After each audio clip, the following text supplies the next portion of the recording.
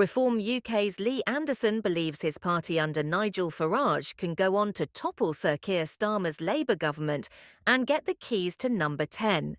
In an exclusive walk around his hometown of Sutton-In-Ashfield, Anderson, the Reform UK MP for Ashfield in Nottinghamshire, reveals what he believes are the real concerns of voters, not only within his constituency but across the country. Watch the clip and tell me what you think. Women have to put up with pregnancy and periods, what do men have to put up with? I says, well, men went to battle at Somme. Traditionally, white, working class, young lads, they've gone and died for this country. And when I say I want my country back, people go, you're racist, you're bigoted. No, they're not. What I mean is, I want my schools to be like they was.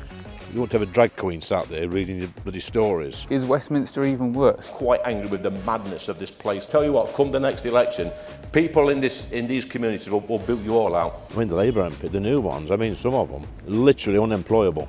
When I stood up in Parliament and said we'd done this project, we can make a meal for about 30 pence a day. I got absolutely roasted, and I still get it today. Well, I thought it was somebody's actor's account to start off with. Really? Yeah. This is what the class is economically inactive, this lot here.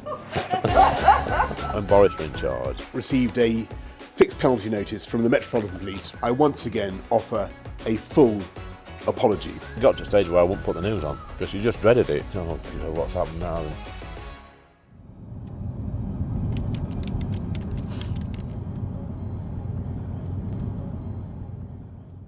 So this, obviously we were the third house.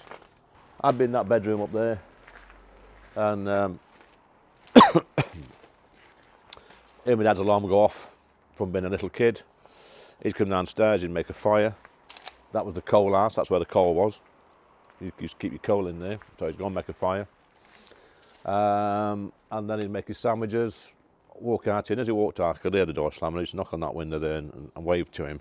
But what that did, for me, and lots of other kids around here, listening to their dad go to pit, is it learnt you subconsciously that that's what men do. They get up at 4, 5, 6 o'clock in the morning, they go to work, they do an incredibly difficult job in difficult conditions, to pay the rent, pay the mortgage, to put food on the table, to put clothes on your back. That's what they do. So when you get to 15, 16, 17, you know that's what you're going to do. But sadly now, in a lot of these places around here, kids aren't hearing that alarm clock go off. They're not listening to the dad go to work. So when they come to leave school, they're thinking, what do I do? We had a clear pathway. We saw a coal mine, that's where lads are going. My sister saw my mum come out here in the morning and go to the factory, that's where they went.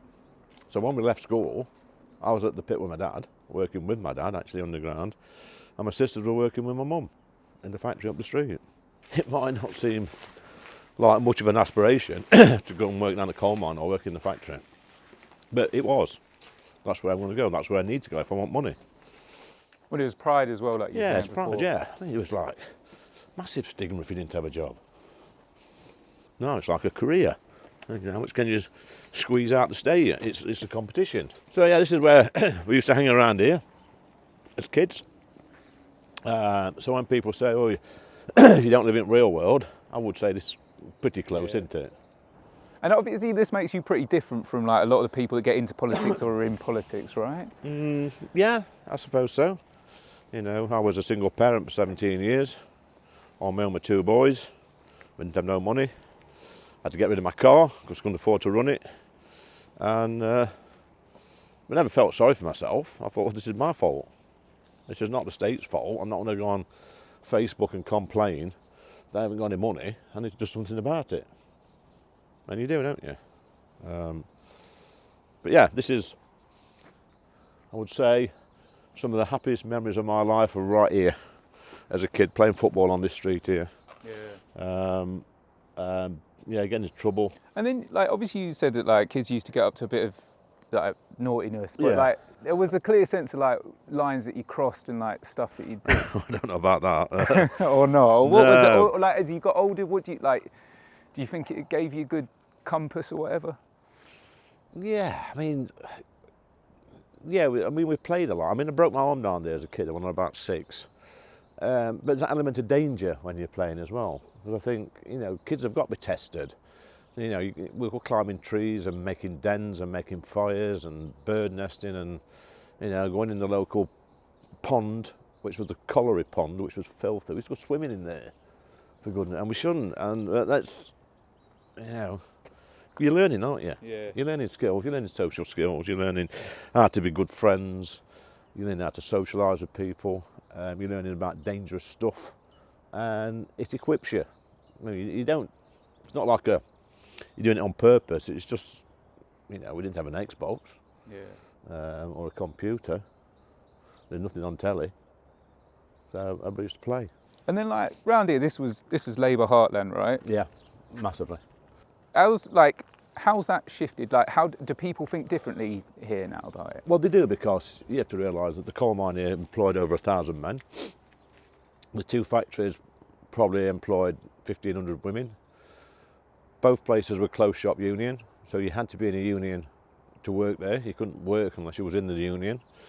The unions were affiliated to the Labour Party, so every single worker, miner, factory worker would pay money every week to the union and then to the Labour Party, which meant he's got a stake in the Labour Party. So which way are you going to vote? You're going to vote Labour. And they used to have 25,000 majorities. This area did. This is where Labour would stick cabinet ministers in this seat. People who'd never been here before would get this seat. If they pissed off 1,000 people in 5 years, that means they just got a 24,000 majority. Because how many people in reality go and see an MP? Not that many. You being in Parliament for them now, like, do you feel like you're the voice of these people? Yeah. Because when I talk about antisocial behaviour, like I did in the Westminster Hall debate, Where we have these families that are creating mayhem and misery. They call them feral families in my neck of the woods. These are people that are just causing problems on every single council estate throughout Mansfield, throughout Ashfield. I'm getting complaints from people on the street about antisocial behaviour. So it's personal. Come on, let's go to the market. You just call this Fat Row, well they still do, Fat Row. It's going to go and get your drugs. So it's gone from being a load of coal miners and factory workers to drug dealers and dolies. That's depressing, isn't it? Yeah. It must break the hearts of some of the people that live there, right? Yeah, it's awful. Yeah, these are the far-right racists, you know, people like my mum's age, who've seen, and my dad's age, who've seen massive changes. And now they've gone from being traditional Labour voters to voting Tory for the first time in 2019 to voting for me. And when this street during the election, nearly all these had vote reform boards up. Really? It was incredible. Driving down here, seeing it was like amazing. You feel like people been stigmatised just for having a normal reaction to what's happened to a place like this? Yeah, it's the political establishment just completely out of touch. And I still see it every single day in Parliament, not just with the politicians, but with some of the journalists as well. Like what kind of stuff? I was speaking to one journalist, and we were talking about the Lawrence Fox when he got sacked from GB over he made some misogynist comments, didn't he, about a lady, which were totally unacceptable. And I just said to her, I said to this journalist, I said, he shouldn't be bringing pub talk on a live TV show. Because why, men don't talk like that, do they? I said, what? Men talk like that? And I tell you who's worse is women, you know. If you're doing this factory up here, where there are 1,000 women, I've seen some of their behaviour, especially at Christmas time on Friday break-up. So let's not pretend that human beings don't talk like that when they're in the close circle of friends or in a pub, because they do. Or on WhatsApp. Or on WhatsApp. There's a time and a place for that sort of language, and it's not on TV.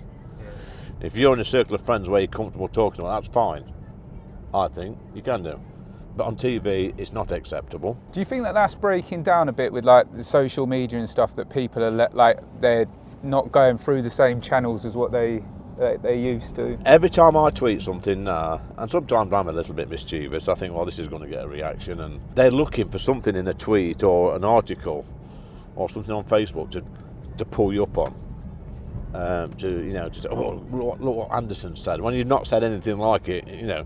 It's like a few weeks back, some woman put on X, women have to put up with pregnancy and periods, what do men have to put up with? I says, well, men went to battle at Somme, you know, and the point I was making is that men have died in their millions being slaughtered in wars, and it's always men, and it's always young working class men from villages like this that go and give their life up for country.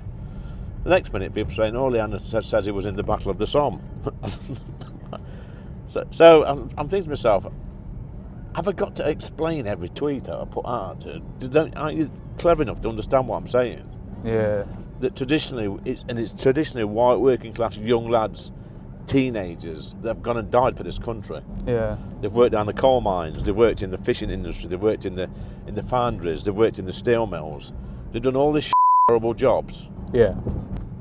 But when times are good, as they allegedly are now, they're overlooked. Just on the social media, like, you had all that stuff going on with Musk. Well, I thought it was somebody's act his account to start off with. Really? Yeah, just like, you know, we'd been bigging him up saying it's great to have Elon on board. Next minute is putting these random tweets out. But, I mean, I don't know. I mean, I don't know whether it's him who's tweeting or someone who's doing it for him. I would imagine it's him. But I don't know. I mean, the good news is I think he went through a period last week where he attacked every political leader. Right. He weren't just singling anybody out. I mean, he's given Starmer a lot of stick. Yeah. And rightly so. But yeah, I mean, it was entertaining. Do you see what Nigel's reaction was when he said that thing about he's not the right man? Yeah, well, I saw Nigel's tweet it. Yeah. I thought it was quite dignified how Nigel responded to it. And but then he had the thing about Rupert as well, right?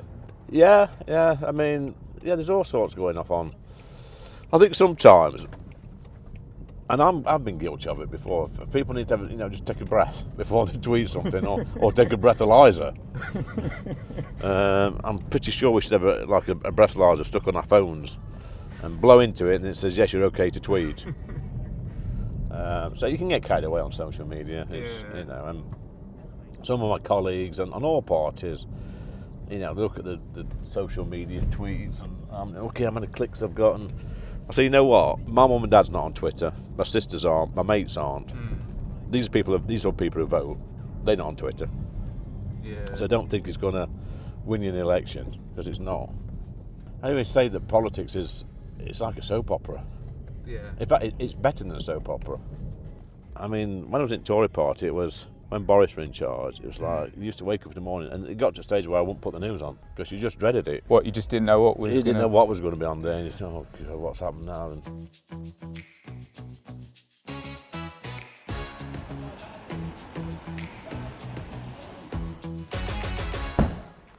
fresh, innit? fresh.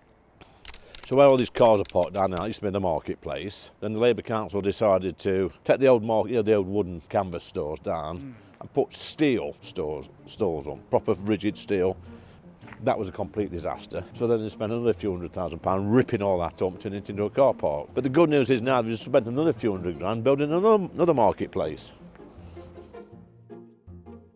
All these men that never had a job in business become local politicians, councillors, got a bit of kudos because they were a councillor, and you wouldn't give them a job sweeping this up.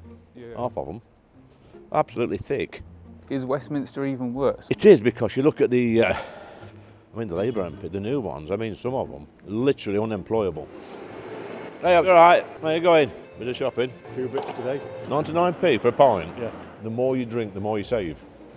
That's my motto. If it's 99 pence a pint. 99 pence. Hey, another secret here. See it up. Well, I've just took you Yeah. on that street. He was one lads I used to play football with. Oh, really? Yeah. Hey, there's my mother here. Is my mum here? Oh, is it? Yeah. Why don't you get to work Is he? and contribute towards society? Yeah. Happy New Year, mate. Yeah. They're all waiting in precinct. They've got trouble with summer rule with kids. Oh, I better go in and smashing see 'em, windows ain't I? and banging.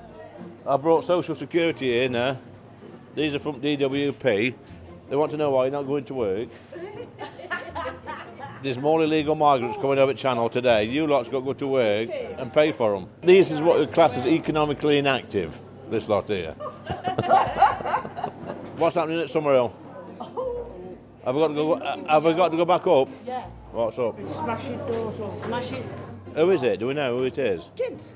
Yeah, we need a good hiding. Yes, I did, yeah. It is, isn't it? Who's paid for it? You lot. Taxpayer. We got in expenses. All right, see you ladies. See you in a bit. Bye-bye. Oh. Hey, Richard, you all right? How's business? Is it? This is Richard. He's been here forever, trying to sell books, hasn't you? I have, yeah. Yeah, doing his bit.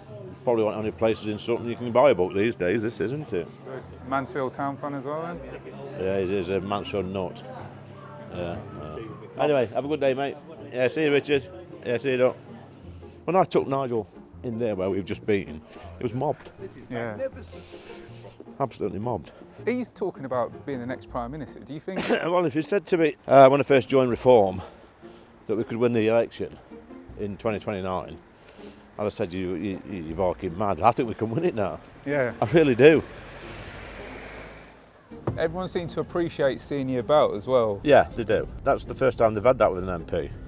And even if you can't help them, as long as you listen to them and try your best, Yeah. try and help them. I just want people to be safe on the streets, people to have a job, be safe.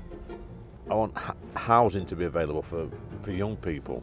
I bought my house when I was 22, 23. You've got no chance of doing that now. Yeah.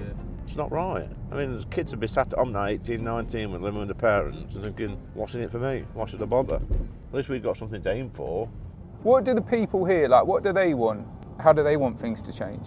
Generally, all people want is to have kids to have a good school to go to. They want a good local hospital. They want to feel safe, walking the streets, and they want to be able to afford to have probably an holiday once a year and not worry about paying the gas bill, electric bill. Even though they didn't have much money back in the day, I don't think they ever worried about paying the gas or electric bill. Not like now. You know, we've got bloody old biddies can't put the heating on. What I want to ask you about is the Labour Party and Keir Starmer. What do you make of him as a man and as a leader? On a personal level, whenever I've been in his company or passing, he's always been quite nice to me. But I'm not sure what's behind his eyes. Yeah. They always say eyes are a window to your soul, don't they? But I can't see through his eyes. Do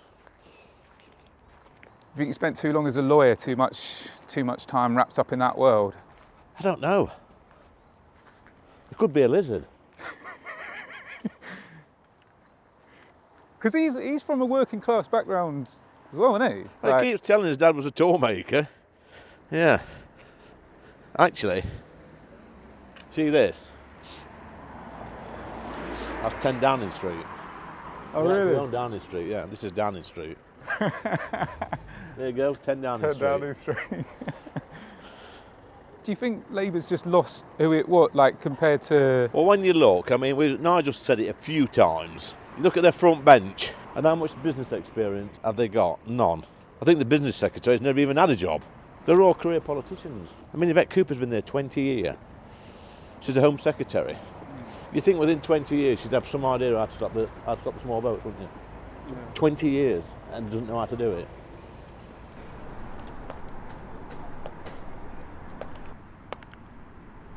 And look here, look. We've got a local council. This is called Mucky Alley, by the way. We've got a local council run by an independent group, which is a political party. Their offices are literally 50 yards away. Look at this filth here, look. Fly tipping. Disgusting. Absolutely disgusting. And I've been down here many, many times with volunteers to clean this up, and it just keeps happening and happening. And it pisses me off. I mean, this could be this would be the biggest change in British politics since the Liberals fell apart, right? If reform. Well, it is. Yeah. It is definitely. We got 4.1 million votes. The Lib Dems only got 3.5 million, and they've got 72 seats, and we've got 5. A lot of people at the last election wanted to vote for us, but were put off by if you vote Reform, you get Labour. Well, you're always going to get Labour anyway. Yeah. So they might as well have voted, but we'll get them next time. Because the Tory party, they're not doing anything. Do you think it's because It reminded me of Corbyn, actually, when he was leader of the opposition, when I was sat there. He'd get up and rant for a minute, but nobody cheered him. They just sat silent. Yeah. Dead duck. What do you see yourself doing if there's a reform government? Me personally? Yeah. Well, I always said when I got elected the first time, I'd do 2 terms. But now, I'm thinking I might stand again. I probably will, because I feel like I'm part of something. Yeah. In the last Parliament, I didn't feel part of anything. I just felt like voting fodder. Yeah. Like you turn up, you go through the voting lobby, do as you're told, And I don't want to be that person. I want my country to be a good country. I want to do things and sort stuff out. And leave our country in a better state than when I arrived here. And at the moment, we're failing on that. And what do you think that would, like, for your own personal story, like stepping into, like, being in government, like, what would that mean from, like, you know, from starting in the pits? Well, I always say I want my country back. And when I say I want my country back, people go, you're racist, you're bigoted. No, they're not. What I mean is I want my schools to be like they was. You know, where you go to school and learn. You won't have a drag queen sat there reading your bloody stories. You know, kids won't be told that there could be 25 different genders. I want them to learn to read and write, do the maths, and be equipped, and have opportunities when they leave school. I want to be able to ring a doctor up in the morning and get an appointment the same day. I want my constituents to be able to go to a dentist the same day and have a tooth pulled out or have that treatment. I want bobbies to walk these streets. I want rapists and criminals locked up. I want murderers locked up for life. It's not much, is it, really? Yeah. We can do that. As a country, we can do that. I want our borders to be controlled. I don't want illegal migrants being put up in 4-star hotels. Are people angry? Like, what do you get the sense of the mood in the country is? Because obviously there's been a lot of anger. Like, do you think people resigned, or do you think something's about to change? Well, it feels like it when you think that. I think there's a stat out that 75% of our membership have never been in a political party before. Yeah. We've got nearly 200,000 members, then something's happening. Not many people wake up one morning and think, I want to join a political party, do they? No. But they're looking at us and thinking, yeah, I want to be part of that. Or I want to make a difference. Oh, God, it's cold, isn't it? Bitter. Yeah, look, all right. You know, I'm the first MP in Ashfield that's from here. Was born here. Lives here. Every other MP they've ever had went from Ashfield. Do you think we need to, like, get back to a bit more of that where the people are represented by It's never been like that. Yeah, it's true, actually. It's never been like that. It's never been like that. I mean, are you telling me in these constituencies there's not one person that's good enough to represent them? Because there is. Somebody that went to these schools, that were born in that hospital, that's walked these streets, that's drunk in these pubs. Is that what you want to do then with reform? You want to get more of that? Yeah, I do. I think, you know, when I speak in Parliament about my local schools and hospital and crime, it's personal. For a lot of people, it's just a job. I mean, I know some MPs that live, well, there's not that they live away from the constituency, that had never been there. Now, instead of taking back lessons, if you like, and being able to make good food, nutritious food for the whole family. Yeah, I got in trouble when I said all this, you know this, don't you? No. Yeah. So I did a project about 4 years ago, because I was working with the local food bank and delivering meals around some to vulnerable families. We did a ready, steady cook. The day before, I went to Aldi, 50 quid. I took a load of school children with me and with a shopping list from the chef. And we made 172 meals, 50 quid. But it worked out at 30, I think it was 31 pence a portion. And it says, this is what we need to do, help people. So we got the food bank to agree to, when people were coming in, instead of just giving them a food parcel, they had to enrol on a cooking course and a budgeting course. When I stood up in Parliament and said we'd done this project and the meals were 30 pence each, I got absolutely roasted, and I still get it today.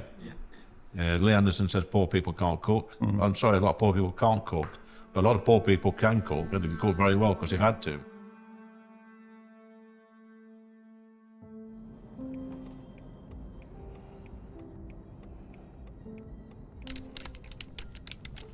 This pit alone, so there's this pit here, Sutton Colliery, which is my first pit. All it is nice factory unit, so this is where I'd come in the morning, and the coal mine was here. I'd go on the ground and helmet on, knee pads, big battery for your lamp, a rescuer, which was in case there was a fire, you had like it's called a self-rescue actually, it filters out all the carbon monoxide. And then obviously your tools on your belt. And then you're down in like the darkness? Yes, you're down in the darkness for however long your shift is, and then you come out, you come up, because you're black with dust, everywhere's black, every hole, every orifice. Because when the strike happened, there was the split, right? So that here it was, most men went to work here. My dad was on strike at this pit, actually. The picket lines used to be just down the road a little bit. There's 30 men on strike at this pit, my dad was one of them. What did that feel like then, being... It was horrible. It was horrible. I mean, my dad went nearly a year with no money. So, it wasn't very nice. Then he had to go back to work in the end and work with men that didn't want him there. Because he'd been one of the ones that... Yeah, that's right, yeah. It was horrible for my dad. And then I started a year after. What did you think about it when the strike was at its... Yeah, I just felt that, well, like like I said, we've been to see Scargill and Skinner and Tony Benn many times, and you believe what they were saying, that Maggie was evil, the Tories were evil, and you've got to fight back and bring a government down, and pretty much like they did in '74, and save your jobs. I think the miners were being used as useful idiots. For Scargill, who we idolised, it was just a battle between him and Maggie. She weren't going to put up with that, and he wanted to beat her. And he used decent men like my dad to get his own way. Yeah. And it weren't right. Thank you, Lee. Really appreciate you taking us round and showing us about where you come from and where you represent. It's been a pleasure. No, it's nice that you could take time out of your day and come up to Ashfield and meet some real people in the real world. Now you can get back to your Westminster bubble and... I'm not in the Westminster bubble, mate. Live a life of denial. Cheers.